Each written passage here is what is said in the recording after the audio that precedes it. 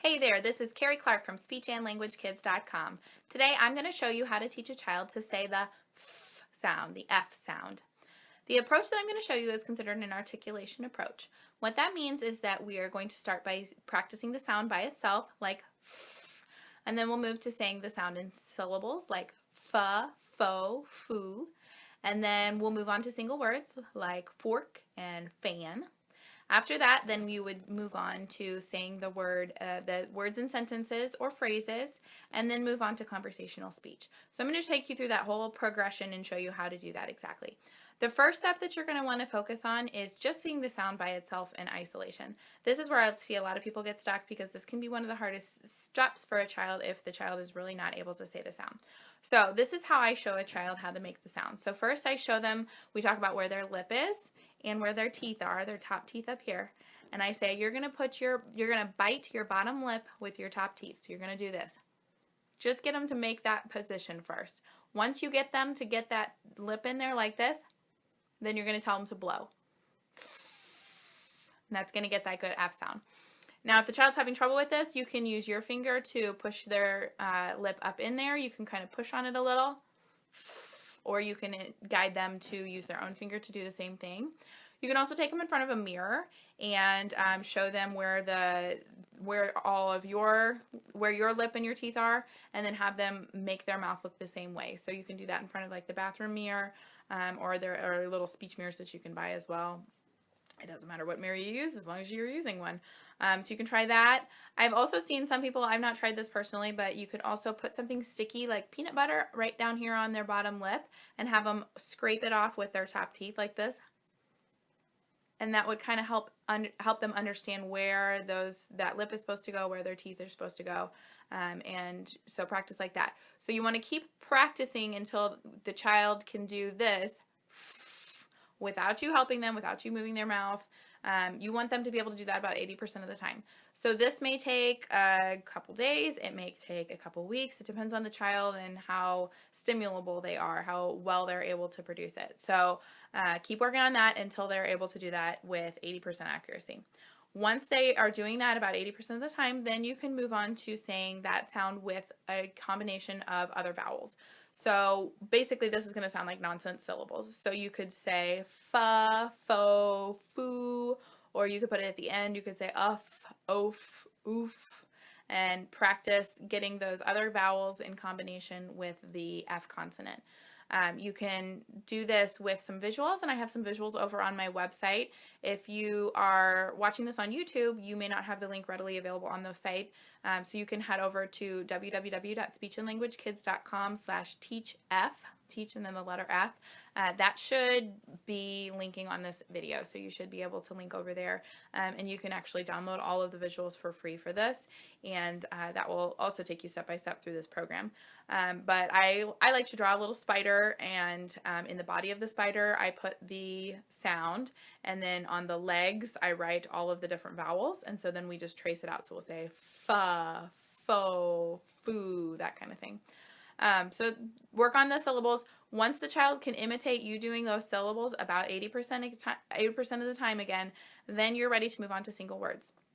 So they can do that. You're going to put together a list of words that have F in them. So you may want to start with whichever position was easiest in syllables. So if your child has a really easy time saying F and then a vowel like fa, fo, foo, you would want to start with F at the beginning of a word.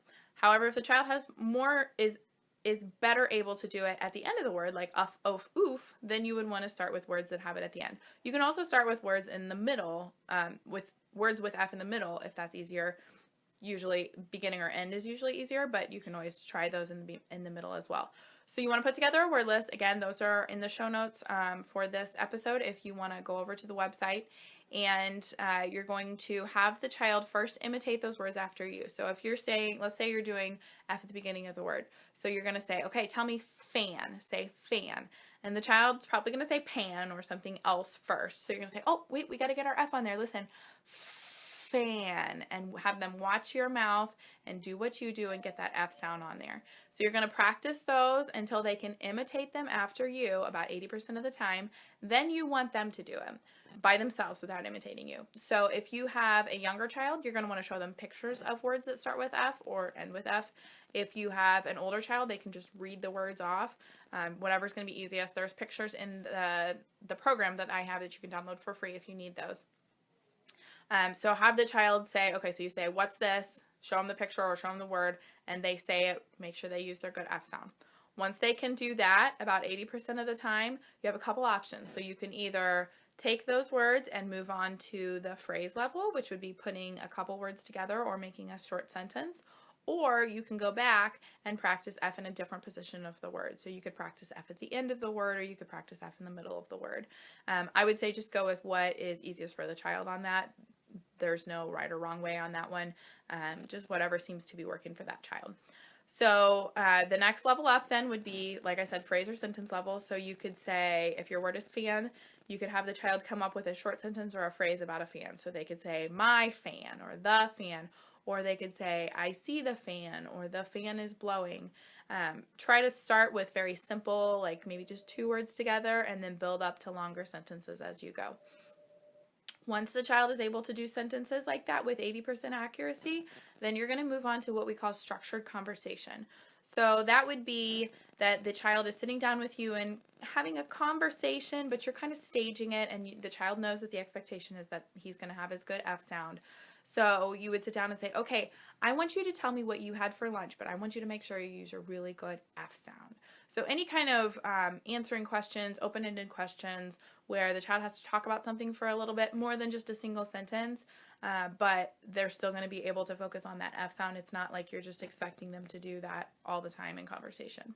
So you're going to do that, again, until they're at 80% accuracy. Keep in mind that this process may take a while before the child is able to do all of these steps. So don't get frustrated if this doesn't happen in a week. You need to give it lots of time and lots of practice, and you need to be practicing this every day for this skill to stick. The child's been saying the sound wrong for a long time, so you got to practice a lot of times the right way to override that. Okay, so you got through structured conversation.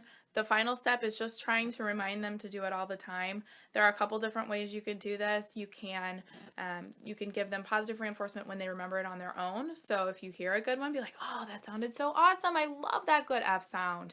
Or you could give them some sort of token reinforcement for that. So you could have a jar and a basket of marbles, and every time you hear a good F sound, you put a marble in the jar, and when the jar gets filled up, then they get a prize, or they get special time with mom and dad, or whatever the reward is that they are looking for. So you can reinforce that way. You can also do some correction when you hear them say it incorrectly. Be like, oh, remember, we got to use our good F sound, and have them do it that way. So that final step is just moving them through the conversation, trying to get them to be doing that sound in conversation. Okay, so that was a lot of information. I'm going to kind of go back over what I said. So the first step is just getting the child to say the sound in isolation by itself, just getting that sound. Second step is you're going to be doing that in syllables like fo, foo, fee.